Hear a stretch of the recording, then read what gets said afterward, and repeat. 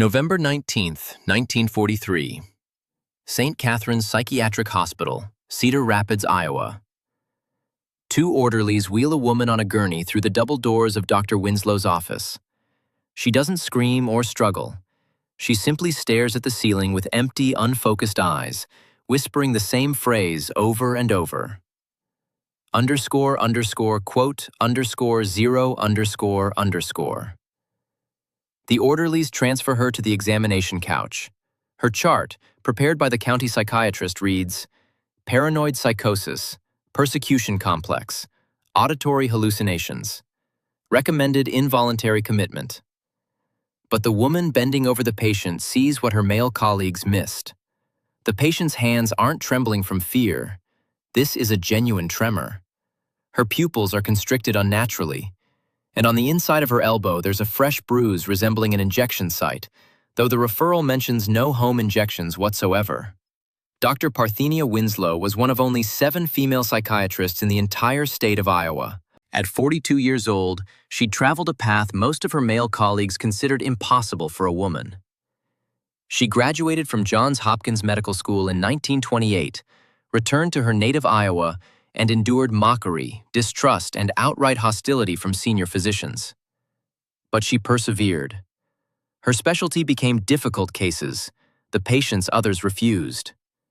Women with postpartum psychosis, elderly patients with dementia, teenagers with suicidal tendencies. Her office on the 3rd floor of the old hospital building smelled of carbolic acid and Lucky Strike cigarettes. On her desk sat stacks of patient files, an ashtray overflowing with butts, and a single framed photograph. Parthenia in her white coat standing before the Hopkins campus, young, with hope in her eyes. That hope was gone now. 15 years of practice had taught her to see through the system. Diagnoses assigned not by symptoms but by convenience. Female patients dismissed as hysterics because their complaints didn't fit the comfortable narrative. But today, looking at this woman on the couch, Parthenia felt something long forgotten. Doubt. "What's her name?" she asked the orderly. "Opaline Driscoll, 34 years old." He handed over a thick folder. Admitted by referral from the county neuropsychiatric clinic. Husband complains she's become unstable. Accuses him of attempted poisoning. County doctor diagnosed it as delusional. Parthenia opened the file. The notes from county psychiatrist Dr. Brennan were brief and formulaic. Patient exhibits classical signs of paranoid disorder. Claims husband systematically adulterates her food with substances intended to rob her of sanity.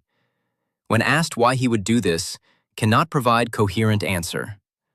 Recommend institutional treatment with heavy sedation. Parthenia approached the couch. "Mrs. Driscoll, can you hear me?" The woman slowly turned her head. Her face was pale, almost gray. Dark circles ringed her eyes. Her lips were cracked. But the most disturbing thing was her gaze. It was the look of someone who had screamed for a long time, then realized nobody was listening. "You won't believe me," she whispered. "Nobody believes me." "Try me," Parthenia said quietly. "Tell me everything from the beginning." Opaline closed her eyes. When she spoke, her voice was soft but surprisingly steady. "We married 13 years ago. I was young, foolish. Harlan worked as a chemist at the munitions plant. Everyone said he was a good man, dependable. The first few years were good. Then I got pregnant." She fell silent. Parthenia waited. "I lost the baby at 5 months. Doctors said it was premature labor, these things happen. But I remember feeling sick the week before.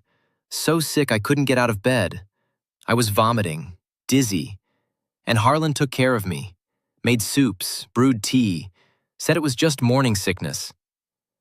Parthenia felt a chill run down her spine. After the miscarriage, he changed. Became attentive, solicitous. I thought he was grieving. But then strange things started happening. I began forgetting words. Simple, everyday words. I'd look at a spoon and couldn't remember what it was called. Or I'd forget where I was going, right in the middle of the hallway. "When did this start?" Parthenia asked, making notes. About 18 months ago. Infrequently at first, maybe once a month, then more often. I went to the doctor. They said it was nerves, prescribed phenobarbital. Harlan was very concerned, insisted I rest more, work less. He cooked my meals himself, brought breakfast to my bed. Opaline opened her eyes and looked directly at Parthenia. There was no madness in that gaze, only cold, sober terror. I started noticing a pattern. After his soups, after his oatmeal, I got worse. My hands shook, my ears rang. I couldn't concentrate. Then memory gaps. Whole hours I couldn't account for. I'd wake up in a different room, not knowing how I got there. Did you tell him? Yes. He was frightened. Said we needed to see the doctor again. But then I noticed something else. Vials appeared in his medicine cabinet, small ones without labels. When I asked what they were, he said vitamins for his mother. But his mother died 3 years ago. Parthenia set down her pen. What happened next? I stopped eating his food, said I wasn't hungry, cooked for myself. And you know what? I got better. My head cleared. My hands stopped shaking. But then I came home from work early and found him standing over my pot of stew on the stove. He didn't hear me come in. I watched him take out one of those vials and add drops to my food. Opaline sat up, ignoring the orderly's attempt to lay her back down. Her voice grew sharper. Parthenia looked out the window. Beyond the glass, November dusk was settling. Cedar Rapids was buried under gray snow that turned to brown slush under the wheels of passing cars. She thought about how many times she'd heard similar stories. Women complaining about husbands, always dismissed as hysteria, feminine nature, anything but the truth. Mrs. Driscoll, I want to run some tests, she finally said. Blood, urine, standard admission procedure. Do you object? You believe me? Such hope rang in the woman's voice that Parthenia felt physical pain. Quote, 26. Quote, she answered carefully. Quote, 27. Quote. They took Opaline to a ward. Parthenia remained alone with her thoughts and the thick medical file. She reread the county doctor's notes. Brennan was an experienced specialist, 28 years in the system, but his notes were formulaic, without detailed questioning, without any attempt to understand the situation, as if he'd known the diagnosis before seeing the patient. Parthenia picked up the phone and dialed the laboratory. She hung up and lit a cigarette. Lucky Strike smoke drifted slowly toward the ceiling where an old lamp cast dim yellow light. In the corridor, she heard orderlies' footsteps, nurses' muffled voices, a distant cry from one of the wards. Ordinary sounds of a psychiatric hospital. But today they seemed ominous. Parthenia thought about Harlan Driscoll. She hadn't met him yet, but she could already picture him. Model husband, caring, concerned about his wife's condition.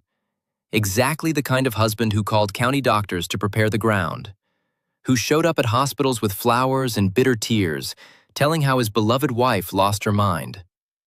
That evening, Parthenia stayed late at work. She reread Opaline's file again, making notes. No previous psychiatric episodes. Normal childhood, no trauma.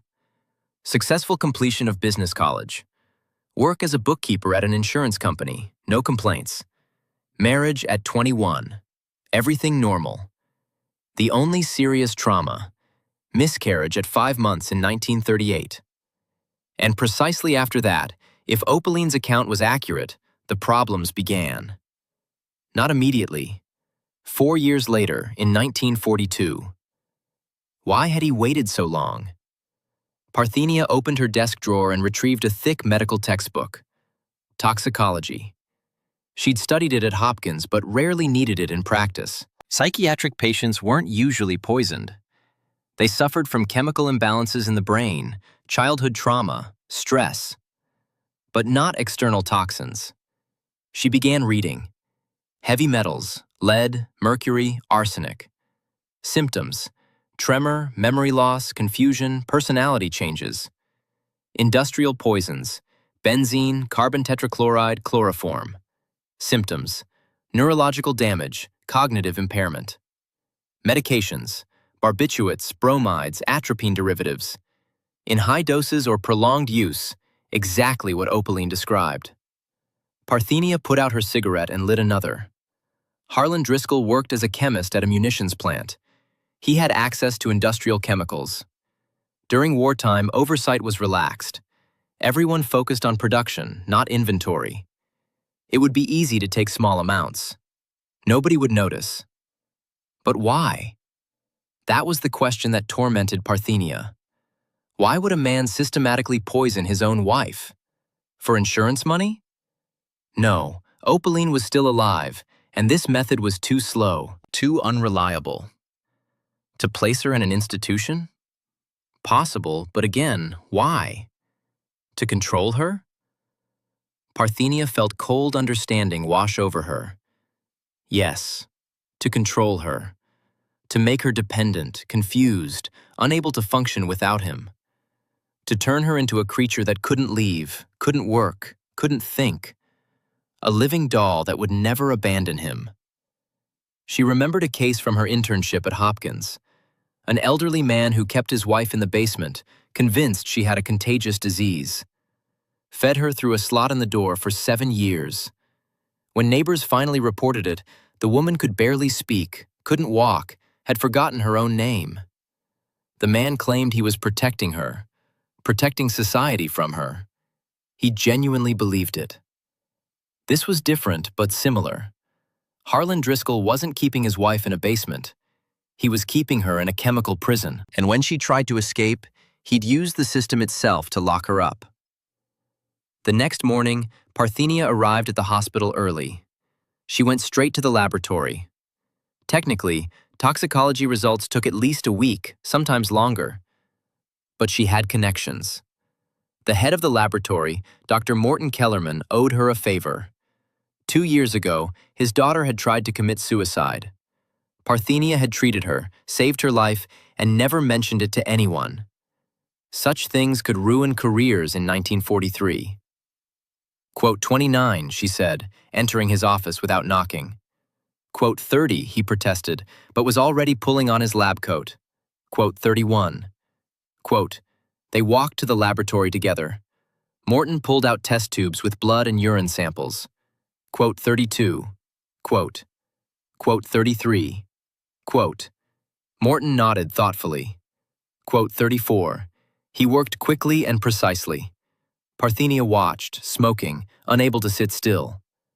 An hour passed, then another. Finally, Morton straightened up from the microscope. His face was grim. Parthenia felt her heart hammer. Parthenia knew about thallium. Rat poison. Colorless, tasteless, deadly in large doses. In small, repeated doses, exactly the symptoms Opaline described. Morton looked at her seriously. Quote 40. Quote 41. Quote, she said. Quote 42. Quote 43. Quote. Parthenia returned to her office and locked the door. She needed to think. She had toxicology results proving poisoning, but that didn't prove who did it.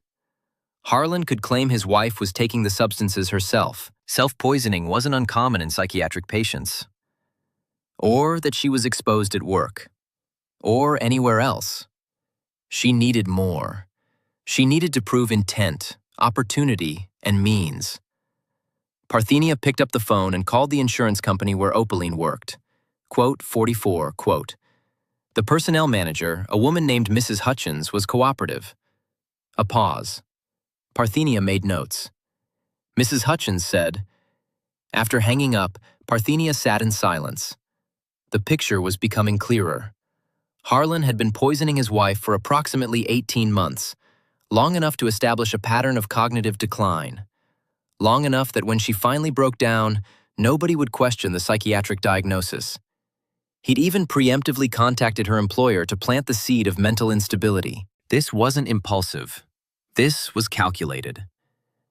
But she still needed physical evidence. The vials Opaline mentioned. Without those, Harlan could destroy any poison in his possession and claim innocence.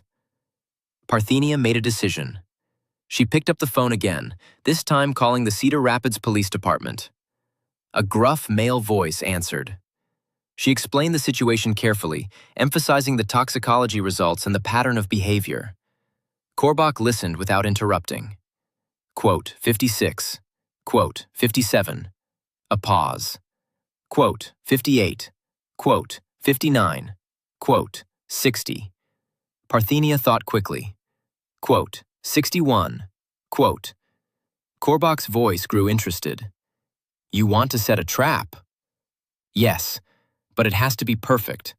One mistake and he'll dispose of the evidence and will never prove anything. They talked for another hour, developing a plan. It was risky. If Harlan suspected anything, he'd simply claim the vials contained legitimate vitamins or medications. But if they could catch him in a lie, catch him bringing poison to the hospital, presenting it as medicine. Quote 64, Korbach said finally. Quote 65. Quote 66. The plan was set for 3 days later. During that time, Parthenia kept Opaline in isolation, telling the staff she was monitoring for aggressive behavior. In truth, she was letting the poison clear from the woman's system. Each day, Opaline seemed a little clearer, a little more present. The tremor decreased. Her memory improved. By the third day, she could hold an entire conversation without losing track. I feel like I'm waking up from a nightmare, she told Parthenia during their session. Everything's coming back. Memories I thought I'd lost. It's like someone pulled a veil from my brain. That's exactly what happened, Parthenia said. Opaline, I need to ask you something important. Are you willing to help us prove what your husband did? Opaline's eyes hardened. Quote 71 __. On November 22, 1943, at precisely 2 p.m., Harlan Driscoll arrived at St. Catherine's Hospital. He was a tall, thin man with prematurely gray hair and wire-rimmed glasses. He wore a neat brown suit and carried his hat in his hands. His expression was one of deep concern, the worried husband coming to check on his unstable wife. The receptionist directed him to Parthenia's office. Parthenia said, gesturing to a chair. His voice was soft, concerned. Parthenia studied him carefully. Nothing about his demeanor suggested malice. He seemed genuinely worried. That was the most disturbing thing. Parthenia said, watching his face. A flicker of something crossed Harlan's face. Not grief, not concern. Something else. Satisfaction? It was gone before Parthenia could be certain. I was afraid of that, he said. She's been getting worse for years. That's why I brought her here. I hoped you could help her. We're doing everything we can, Mr. Driscoll. But I need to ask you some questions about her medical history. Has she been taking any medications at home? Just what the doctor prescribed. Phenobarbital for her nerves. Nothing else? No vitamins, tonics, supplements? Well, I've been giving her vitamin drops to keep her strength up. She wasn't eating well. Parthenia's pulse quickened. Harlan hesitated. Parthenia could see him thinking, calculating. He nodded slowly. Parthenia said, she could see the conflict in his eyes. Refuse and seem unhelpful. Agree and bring the evidence to the hospital himself. As soon as he left, Parthenia called Detective Korbach. An hour later, Harlan returned. He carried a small paper bag, he said, placing it on Parthenia's desk. The vitamin tonic, some aspirin, and mineral supplements. Parthenia opened the bag. Inside were 3 unlabeled bottles. She picked up one, opened it, and sniffed carefully. No odor. That was significant. Vitamins usually had a distinctive smell. Mr. Driscoll, these bottles don't have labels. Where did you get them? The pharmacist at Brennan's drugstore makes them up special. He removes the labels because, well, Opal gets confused by too much written information. I thought it would be easier for her. Parthenia set the bottle down carefully. Mr. Driscoll, I need to be honest with you. We ran some tests on your wife. Toxicology tests. She watched his face. He went very still. And? We found significant levels of thallium sulfate and atropine in her system. These are poisons, Mr. Driscoll, not vitamins. That's impossible, he said, but his voice lacked conviction. Where would she get poisons? That's what I'd like to know. You work at a munitions plant, don't you? You'd have access to industrial chemicals? Yes, but I would never… Doctor, surely you don't think I would poison my own wife? I think, Parthenia said coldly, that these bottles contain exactly what we found in your wife's blood. And I think when the police laboratory tests them, we'll have our proof. At that moment, Detective Korbach entered the office with two uniformed officers. Mr. Harlan Driscoll, you're under arrest for attempted murder. Harlan didn't resist. He simply sat there, staring at the bottles on the desk. When they put handcuffs on him, he finally spoke. Parthenia demanded, he said quietly. Parthenia felt physically ill. Harlan said as they led him away. The trial began in January 1944. The prosecution presented overwhelming evidence, toxicology reports, medical testimony. The vials, which indeed contained thallium sulfate and atropine, sourced from the munitions plant where Harlan worked. Testimony from Opaline, who by then had recovered significantly. The defense attempted to argue diminished capacity, claimed Harlan had suffered a mental breakdown, that he was insane when he committed the acts. But the prosecution's psychiatric expert, Dr. Parthenia Winslow, testified that Harlan had acted with clear intent and planning. He'd known what he was doing was wrong, had taken steps to conceal it, had manipulated the medical system to cover his crime. Parthenia told the jury. The jury deliberated for 6 hours. They found Harlan Driscoll guilty of attempted murder and assault with intent to cause great bodily harm. The judge sentenced him to 25 years in the Iowa State Penitentiary at Fort Madison. The judge said, Harlan showed no emotion as they led him away. His last words to Opaline, shouted across the courtroom, were, quote, 1, 2, 1. After the trial, the case received significant attention. Newspapers across Iowa covered it. The Des Moines Register ran a front-page story. Quote, 1, 2, 2, __. Women's groups seized on it as evidence of the need for better protections. The Iowa Medical Association issued new guidelines requiring toxicology screening for patients presenting with sudden cognitive decline. But the most significant change came from an unexpected quarter. The American Psychiatric Association, reviewing the case, acknowledged that the medical profession had failed Opaline Driscoll. Dr. Brennan, the county psychiatrist who diagnosed her without proper examination, was censured.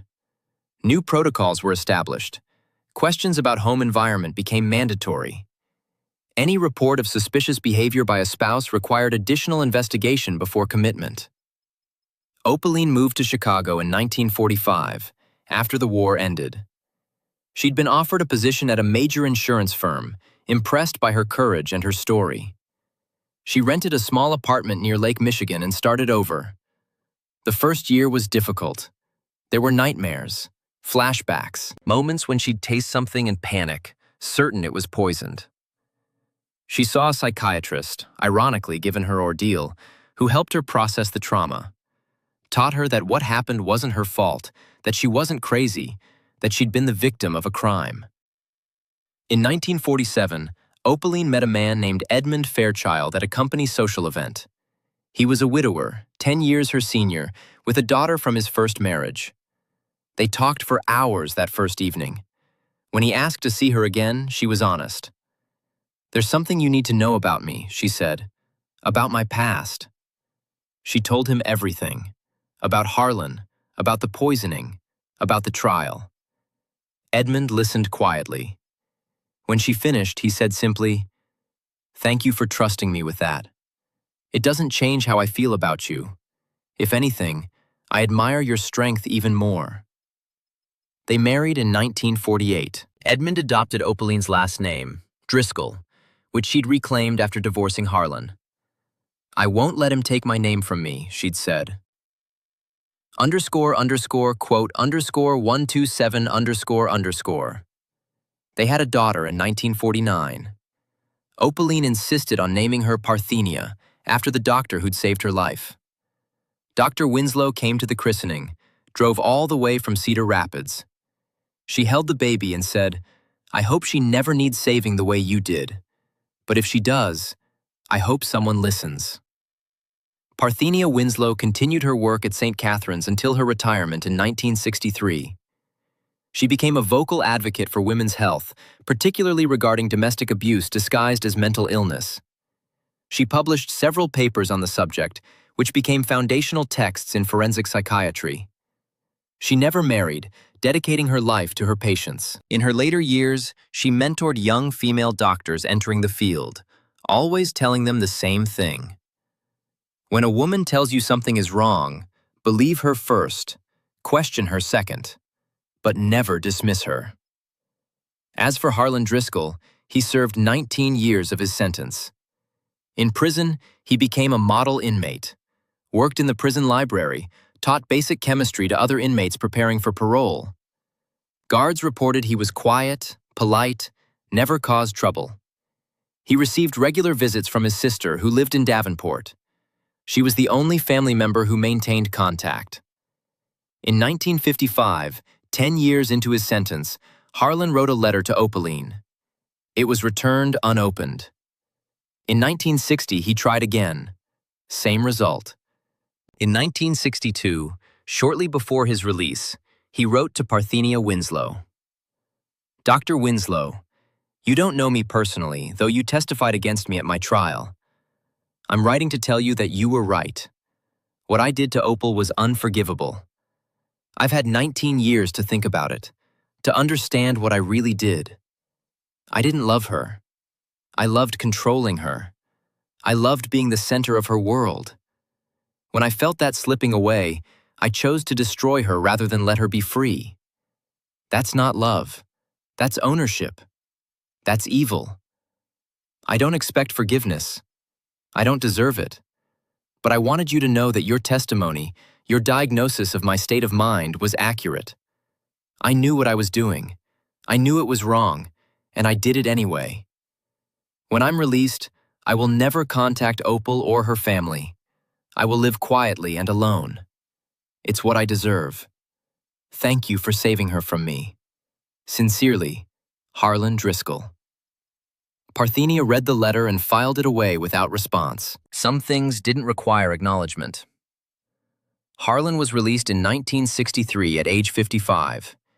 He moved to a small town in Nebraska, worked as a night watchman at a grain elevator. He never remarried, never had children, lived alone in a boarding house room. Occasionally, townspeople who knew his story would whisper when he passed. The poisoner. The man who tried to drive his wife insane. He never responded, never defended himself. In 1975, Harlan died of a heart attack while on duty at the elevator. He was 67. The owner of the boarding house found a single photograph in his room, a young woman in a 1930s dress, smiling at the camera. On the back, in faded ink, underscore underscore quote underscore 131 underscore underscore. He'd carried her picture for 32 years. The funeral was small, just his sister, now elderly herself, and the local pastor who felt obligated to perform the service. They buried him in the town cemetery under a simple stone. Harlan Driscoll, 1908 to 1975. No epitaph, no flowers. Meanwhile, Opaline thrived. In Chicago, she rose through the ranks of the insurance company, eventually becoming a senior actuary, one of the first women in that position. Her daughter Parthenia grew up knowing her mother's story. Opaline believed in honesty, even about difficult things. Underscore underscore quote underscore 133 underscore underscore, she told her daughter. Quote 134, young Parthenia decided to become a doctor. Specifically, a psychiatrist. Quote, 135, she said. She attended Northwestern Medical School, graduated in 1975. Her mother attended the ceremony, tears streaming down her face. After receiving her diploma, young Dr. Parthenia Fairchild sought out Dr. Parthenia Winslow, now retired and living in a nursing home in Iowa City. Quote, 136, quote, she said. Quote, 137, quote. The older woman, now 74, took the younger woman's hand. Don't continue my work, she said gently. Improve on it. Every generation should do better than the last.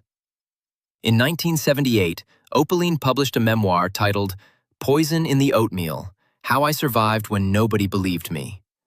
The book caused a sensation. Women across America wrote to her, sharing their own stories of not being believed, of being dismissed, of being called hysterical when they reported abuse.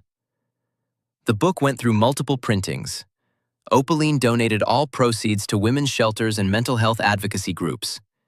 She appeared on television, gave lectures at universities, became an accidental activist for women's rights and domestic violence prevention. I'm not a hero, she always said. Dr. Winslow was the hero. She listened when she didn't have to. She believed when it was easier not to. She fought a system that didn't want to be fought. I'm just the lucky one who had a Dr. Winslow in her life. Dr. Parthenia Winslow died in 1982 at age 81. Her obituary in the Cedar Rapids Gazette described her as a pioneering psychiatrist who changed how medicine approaches domestic violence in female patients. Opaline attended the funeral. She was 63 years old then, gray-haired but vibrant. She placed a single white rose on the casket and whispered, "Thank you for listening." In 1995, Opaline Fairchild died peacefully in her sleep at age 86. She left behind her husband Edmund, daughter Parthenia, 3 grandchildren, and a legacy of advocacy. Her daughter established the Opaline Fairchild Foundation for Domestic Violence Prevention and Research. Its motto, Believe First. The case of Opaline Driscoll became a landmark in American psychiatric and legal history. It's still taught in medical schools as an example of how gender bias can lead to misdiagnoses. It's cited in legal texts as precedent for recognizing psychological abuse as a form of assault. The Iowa State Historical Society maintains files on the case, which researchers still access, because the story matters. Not just the crime, but the response. Not just the abuse, but the rescue. It matters that one woman in 1943, in a male-dominated profession, in a system that didn't want to hear, chose to listen, chose to question, chose to fight for a patient everyone else had dismissed. That's the real story. Not the poison in the oatmeal, though that's what makes headlines. The real story is the doctor who ran the tests when she didn't have to. The detective who took the case seriously when he could have dismissed it. The prosecutor who fought for conviction when many would have plea bargained. The jury who believed a woman's testimony about her own experience. The system, imperfect as it was, occasionally working as it should. Today, the case feels both ancient and immediate. Ancient because so much has changed. Women doctors are no longer rarities. Domestic violence is recognized as a serious crime. Toxicology screening is standard. Immediate because the core issue remains. Do we believe women when they report abuse? Do we listen when they say something is wrong? Or do we dismiss, diagnose, and file away? Every day, in hospitals and clinics across America, women report symptoms that don't make medical sense. Doctors face a choice. They can assume malingering, hysteria, attention-seeking. Or they can run one more test, ask one more question, consider one more possibility. The difference between those choices can be life and death. Opaline Driscoll was lucky. She found Dr. Parthenia Winslow at the exact moment she needed her. How many others weren't lucky? How many women died in institutions, their true ailments never diagnosed? How many are still there today, metaphorically speaking, dismissed, medicated, forgotten? The lesson of November 1943 in Cedar Rapids, Iowa is simple but profound. Listen. When someone says they're being hurt, being poisoned, being destroyed, listen. Don't automatically believe or disbelieve, but listen. Ask questions. Run tests. Take it seriously. Because sometimes between, quote, 146, quote, and, quote, 147, quote, there's only one careful examination, one thorough investigation, one person who says, I believe you. Let's find out the truth. Dr. Parthenia Winslow was that person for Opaline Driscoll, and because of that, a woman got her life back. A crime was punished. A system learned to do better. Not every story ends well, but this one did. And that matters.